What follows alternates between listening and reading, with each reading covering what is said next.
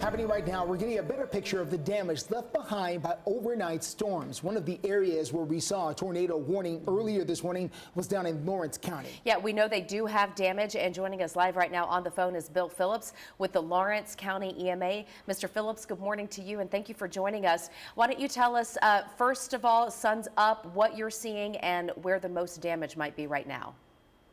Good morning. Thank you for having me. Well, at this point, it looks like most of the damage is going to be in the Summertown area, with another round of damage also west of Ethridge. We actually had two wind events down here. The first one occurred around 2 a.m., and that was concurrent with a tornado-warned storm. The second occurred when a line of heavy rain and straight-line winds came through about an hour later around 3 a.m. That may or may not have been tornadic. And we'll be relying on the National Weather Service to make that assessment tomorrow when they can send a team down.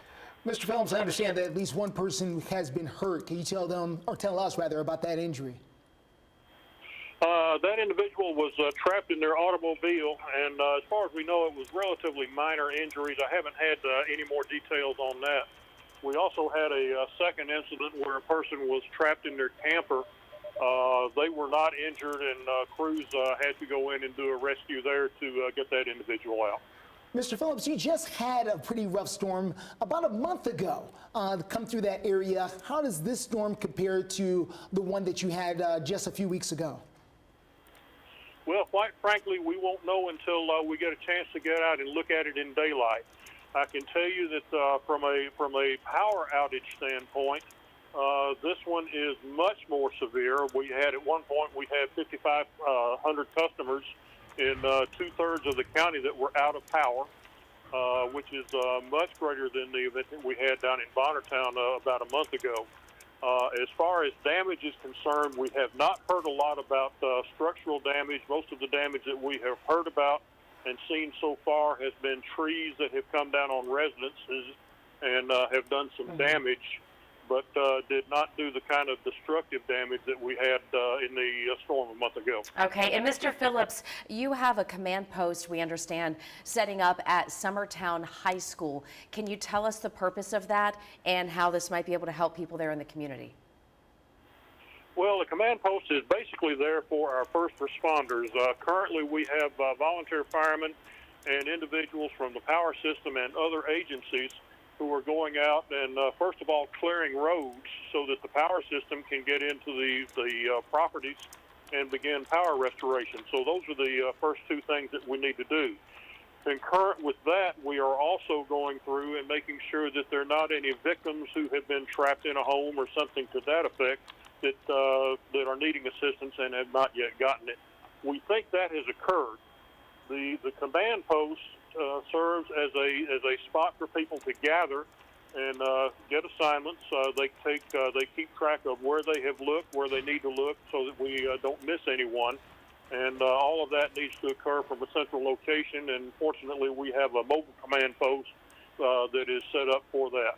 And also, I'm sorry. Oh, no, I didn't mean to interrupt you. I'm sorry. You just made me think about if people need help, is 911 the best number to call, or is there another number that you would encourage them to call?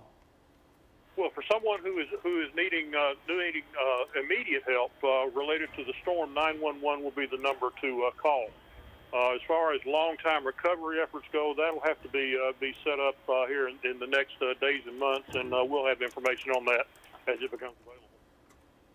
All right, Bill Phillips there with the Lawrence County Emergency Management Agency. Thank you so much, sir, for taking the time to be here with us. And please be safe and take care of those folks down there in Lawrence County. All right, 6:20 right now. Let's send it over to our Fox 17 Code Red meteorologist, Greg Bobas, who was tracking these storms really beginning yesterday. The team worked all night doing it. And so as we get the sun up this morning, get a look at the damage, a lot of folks are going to have to get ready for more weather coming later today. Later on today, and unfortunately this evening into tonight. And we were on there with with that tornado warning that could have potentially been a tornado or just straight line wind here. I've actually got that pulled up here from around 1:45 this morning, and you can see right over the area. So to give you context where we're at here, a lot of things happening here. This is, again, an old radar image, but you see where it says Crestview right there in the middle of your screen?